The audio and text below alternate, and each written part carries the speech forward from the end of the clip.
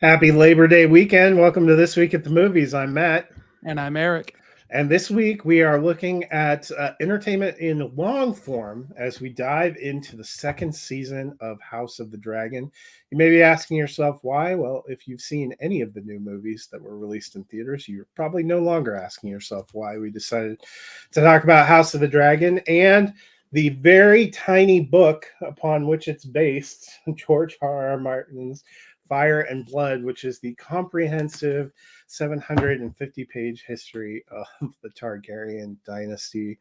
What's fascinating to me, as I mentioned to Eric, is you have this really long book, and I've heard people discussing, why did they want to jump in at this point? And I was like, I wonder what they mean by that. Well, here is how much of the book you have to go through before you get to the story of the show. And then the story of the show goes to about here. And then you're over. And I got this book last year and I started to read it, but then I decided I didn't want to spoil knowing the season was coming out, so I didn't go into the blacks and the greens part. And then, as I told Eric, the last couple of days, I decided to power through to see how it differed from what we've seen so far on the show. And now we're sad. I was floored.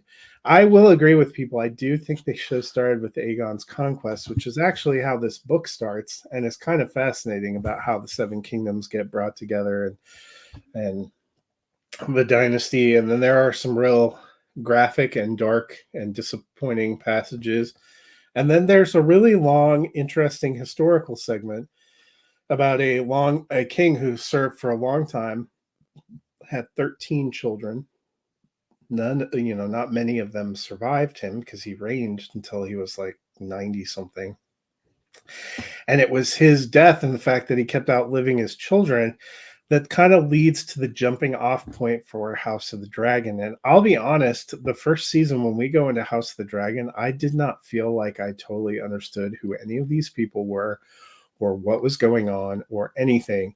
And now, having read through the book, I almost want to watch the first season again to have a little bit of a different appreciation for where they're all coming from and what a blow some of these things were and the backstory and the history.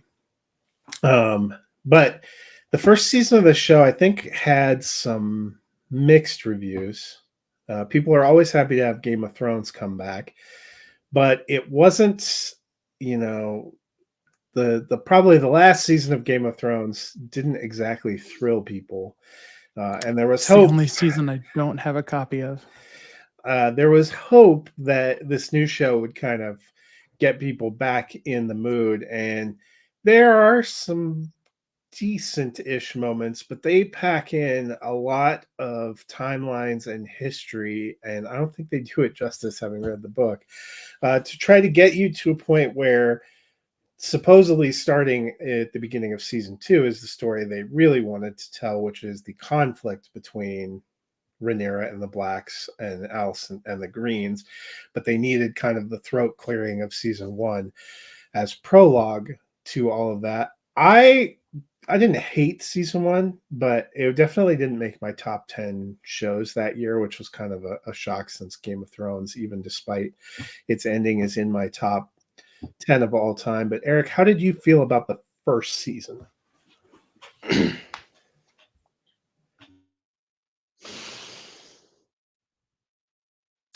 I was invested when it ended in a cliffhanger.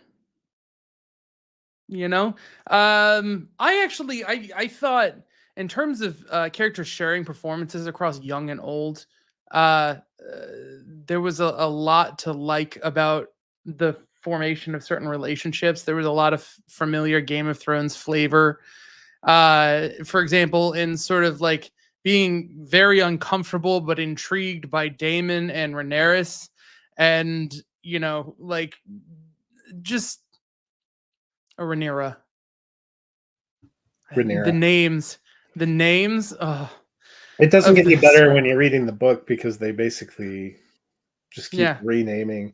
I think there's been 4 Aegons, and I'm only 2/3 of the way through the book.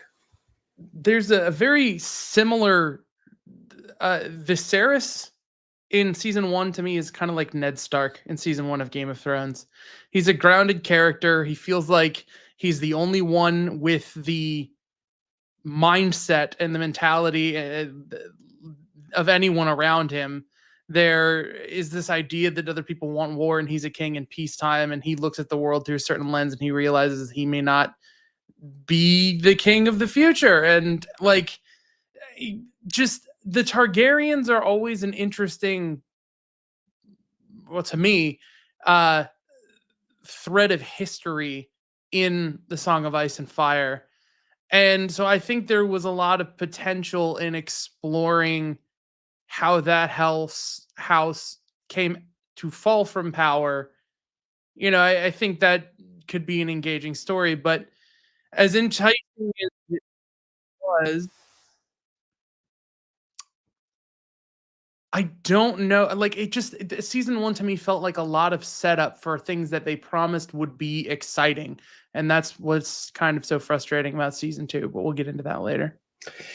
Yeah, and so a couple of things that I will note: a lot of the show House of the Dragons, both in an important piece of having that prophecy conveyed to Rhaenyra in season 1, and a lot of season 2 is that Song of Ice and Fire uh, mythology and prophecy that is so much at the heart of Game of Thrones.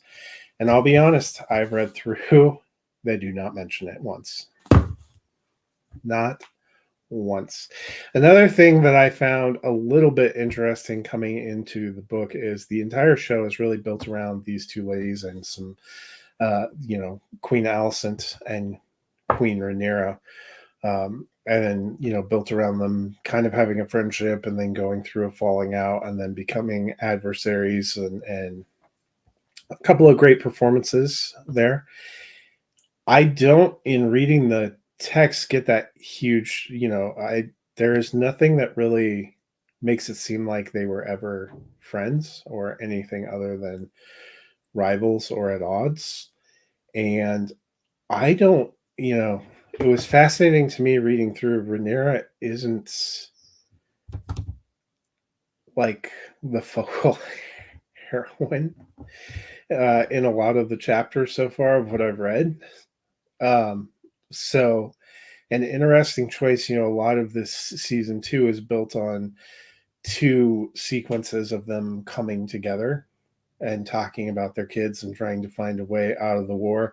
And the whole thing that in the show sparks the war, the misunderstanding about Aegon, does not happen in the book, is not mentioned at all in the book. It was essentially a plot that was derived over a feeling that power cannot pass to a female. And that is a common theme kind of throughout a lot of the stuff leading up. So those are some fascinating changes to me. Talk a little bit about season 2. There are things that frustrated people. So being built around this relationship between them, that fundamental misunderstanding, the prophecy, which then factors in hugely after we leave Daemon, like essentially wandering in the dark for 8 episodes, and then he encounters this witch who takes him to the prophecy. They actually mention in the book that he went to Harrenhal and that the witch was there, but it kind of makes it seem like she had no power over him and he stayed completely away from her. And again, so far, I'm through the chapters that would have included all the material for this season, and there's been no mention of the Song of Ice and Fire prophecy. So there are a couple of things that I just find a little strange, and the character construction a little bit strange. Yeah. The things they did with Rhaenyra's son, where he bucks at the idea of her finding other Targaryens who are half, who might have been Targaryen bastards. In the book, it's actually his plan, and he goes and finds the riders, and he has no problem with it. So these are, I was mixed on this season. I was up and down. It starts with episode 1, A Son for a Son, which is a fairly graphic sequence. And if you thought it was graphic in the show, it is probably more unsettling the way it's done in the book. And so that was kind of a weird, unsettling way to start. And then you have a couple of slower episodes. And for me, it really peaked. Episode 4, you have the Red Dragon and the Gold, which was emotionally gutting because of how much we care about Rhaenys, but kind of fascinating seeing where they're going. It leads to a back half of the season that I thought was at times mixed, but the last couple of episodes got me a little excited until I got to the end and realized we were just watching a sizzle reel for a season that we're going to get maybe in 2026. And the complaints of not much happened and we don't know totally what happened behind the scenes, but it was even more frustrating reading through the chapter in the book that's titled The Red Dragon and the Gold, because there was a lot more back and forth battling seemingly right away. I can only assume that's going to be how we kickstart the next season. But a lot of, at times, throat clearing. I think it was an interesting discussion with you a little bit pre-show. Some of the things that you rubbed against in the show are things that I thought were fascinatingly not part of the text when I was reading through it. With one exception, that being that Jacaerys and his, this idea, this suggestion or theme in the show towards the back half of the divide between the nobles and the common folk was really engaging and interesting to me. And Jacaerys hanging in the balance of saying, like, what am I if we start to give nobility to just common folk? Like, that idea is so interesting to me. And that actor, to his credit, I think plays a little bit of that, for what he does in the show well, to the point that, again, I feel in this season, I'm interested to see how that pays off in the future. But then now that I realize that they are building on nothing that exists before and then going to have to pay that off in some way, it makes me feel like dread in my gut the same way I feel about the whoops I misunderstood of Alicent and Rhaenyra's relationship, which is the most unsatisfying and shallow and upsetting thing to me, and to the idea that the writers just created this for some purpose and then didn't bother to even, both of them lost children because of this misunderstanding. And it is brushed off in one scene of dialogue where Alicent just says, well, it's too late. And then there's a whole lot of introspection from Alicent, and then there's this idea that she is going to turn on her own child again because of her regrets. It's so bare and thin, and it just makes me feel like they have this meat of a story to tell, and they decided that it was like an inspiration for them to come up with other ideas, and then they didn't bother to do the work to flesh out their own ideas. And so the payoff is, well, everything in the show is could be interesting, but is it, or will it be down the line? Like Daemon, his whole solitary confinement thing where he's just like, oh, I did this thing, now I'm going to go spend an entire season contemplating, do I want to be king or do I just want to support the queen?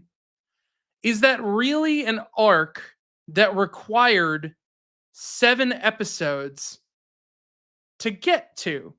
In order to keep a character that is such a center point of so many relationships, to keep him just removed so he can't have interesting interactions with Rhaenyra or with any of the Greens or with just be a player in anything. So much on, I would argue that the prince who was promised in Song of Ice and Fire remains the most controversial part of the original series because people are dissatisfied um, often with how it ended. And having it not having been referenced in this book at all and seeing this the show continually is doubling down on that and doubling down on doing a vision with the three-eyed raven. And why? Yeah. Why are you so focused on this now? It would have been one thing. I wouldn't have been shocked, like if that was a big part of this book, because that was seemingly a big part of where the originals were heading. But I'm 500 pages in and they haven't mentioned it once, and I'm well past the sequences on the book. They never use that as a thing that Viserys necessarily understood and passed on, or that it was him having a vision of that led to a misunderstanding. There is no misunderstanding in the book. It was just, we're going to do this. Just actual usurpers, an actual, An actual like, decision. Yes. I feel like they got so fascinated with the idea that in Game of Thrones, so many characters were gray and it's very hard to have a clear bad guy, good guy kind of thing. That if they had drawn a line and said that there is a law of the land and the Greens are breaking that law because they feel like women shouldn't be empowered, then you would just have, for most audiences, you would have a clear antagonist versus protagonist. And it's like, oh, well, that's not what people liked about the other show. And which is interesting to me because I almost felt after the first season there were no likable characters really at all. You start to like. I started to like Rhaenyra a little bit at the end of the first season, and Rhaenys. Rhaenys. Oh. Yeah, I mean, I guess I always liked her. I kind of liked Corlys, but it just. I actually, so when I was watching the actual season as it played out, I was like, I don't know about this. And then it hit some high points. So I was like, I don't think it was perfect. I wish they would have done a little bit more, toward the end, but I actually thought it was an improvement. And then I read through the book and I was like, I don't know how I feel anymore. Because it all depends on what they do with what they're adding.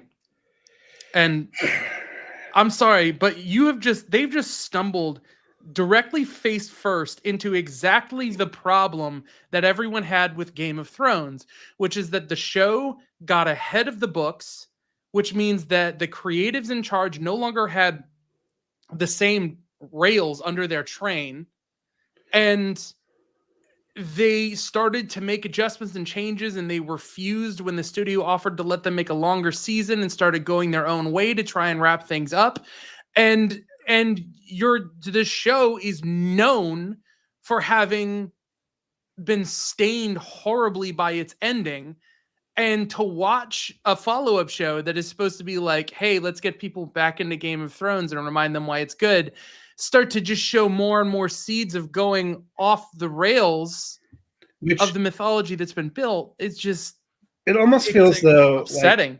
Like they had the exact opposite problem of what what we think happened with Benioff and Weiss. Benioff and Weiss got ahead of the written material, and even though they were offered to be able to make more seasons, more budget, they were just done and ready to end. And with interviews I've seen with cast members, it seems like that might have been a sentiment that they were gleaning from the people who were involved in the show, because I've read things from Kit Harington and Peter Dinklage and Emilia Clarke that suggest they were also ready to be done.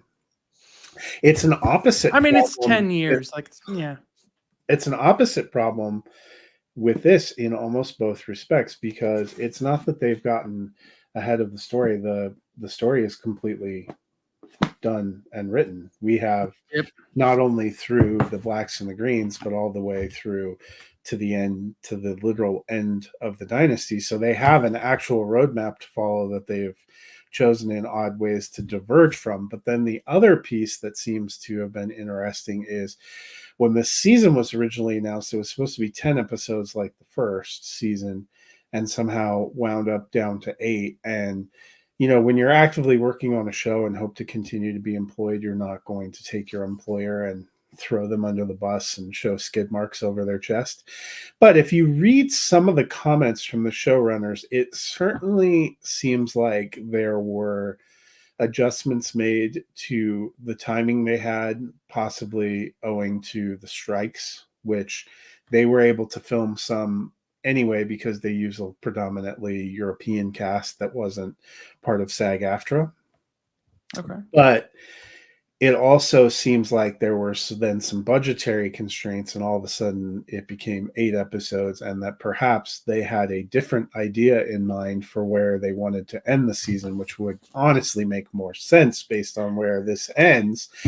And they were not allowed to accomplish that. So in the end, I heard one TV critic I really like, Andy Greenwald, said what was frustrating to him was not that the 8th episode here wasn't a decently made hour of television with some compelling performances and some compelling sequences. It was, you end the first season with kind of a sizzle reel that suggests these two sides have now formed and a war is imminent.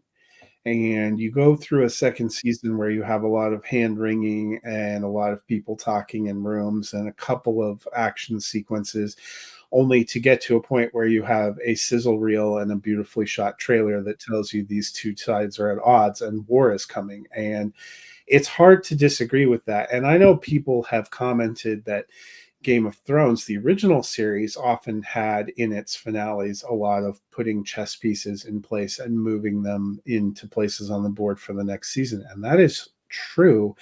But what Game of Thrones was uniquely noted for, starting even in the first season, is they had the WTF moments and the big action sequences and things that happen usually in the penultimate episode.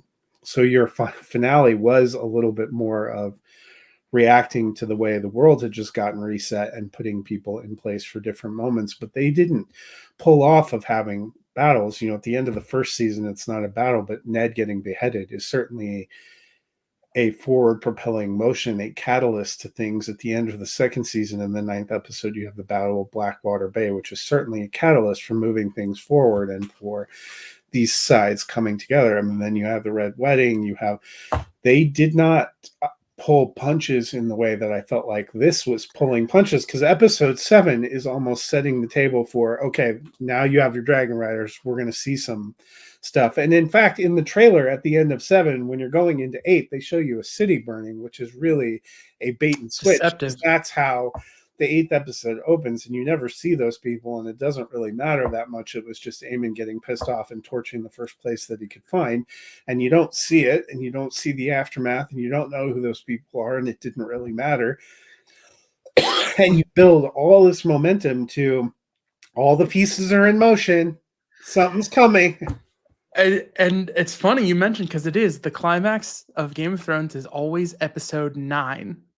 And they ended this season with episode 8. That is fascinating. Well, and so if there is truth to the idea that they had originally had a 10-episode plan, and unlike Benioff and Weiss, who seemingly were offered as much money in episodes as they wanted and shows, and these, if they didn't. So that's where I say it's almost the exact opposite on both accounts. They actually have a text they could follow, but it doesn't seem like they're interested in hewing too closely to it. And it also seems like it's possible they ran into budgetary constraints that prevented them from doing what they wanted to do. And that's probably a question we'll have answered in 10 years when the show is over and they're no longer able. I mean, you and I have worked in a job. I wouldn't throw my boss under the bus either. I'd be like, yeah, that was always what we meant to do. Yeah. It's later when you're writing your tell-all that you yeah go ahead. But it's fascinating. I am still excited to see where it goes. It's just frustrating to know we're probably, waiting 2 more years.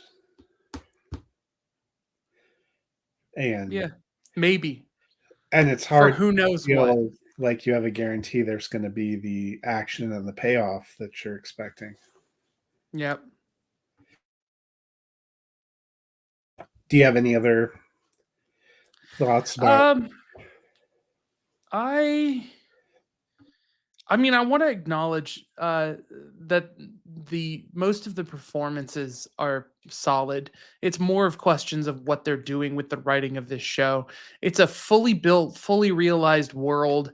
There's always the nuisance of like the potential of everything that you're looking at because it is so like built and deep and pretty and everybody is giving it their all.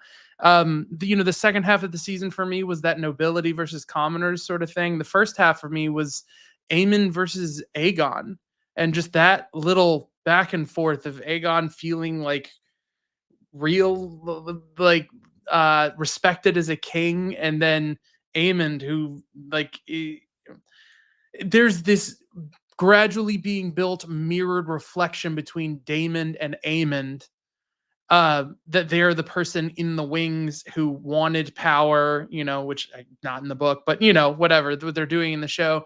There's this link that they're building between them, and I know that the book runs towards a showdown between the two of them, and that there's a reason that they are mirroring those journeys. And it's just the more we go on, the more I'm like, I'm excited by what I want from the show, and it's so inconsistent whether or not the show delivers on it that it was driving me crazy through the first half of the season to the point I had to stop watching it with my wife and had to start watching it separately because I was being like just unhappy with how we had spent our time. Like, man, we only had such and such time. We just spent an hour doing this. What was the entertainment value? What was the merit of this and why this and this? And I really kind of got heated about it, and then things clicked so well for me in the second half of the season. Like, yeah, And there are some high points. I mean, yeah, they definitely send Rhaenys and out in kind of heroic fashion. That was certainly a striking episode, and I thought the penultimate episode where has some gorgeous shots. When Rhaenyra calls down Vermithor and he's behind her and she's explaining to them, and that whole sequence and finding the dragon riders, that was pretty cool. And there's also some fun sequences even in the finale where she goes to Harrenhal and they have all the people bending the knee to her, which was a complete fictionalization that the show diverged wildly from the book, but there were still some emotional moments in that, and you're building towards some stuff, but it just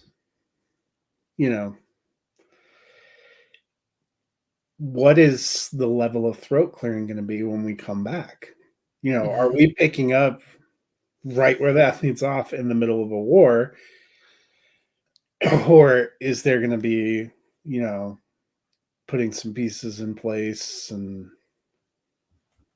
getting ready, and how much more do they want to draw some of these things out, and that, or will they be drawing them out? We now know there's going to be 2 more seasons, so what is the pacing, and what is where are they going to with this? Is going to be some of the questions I have.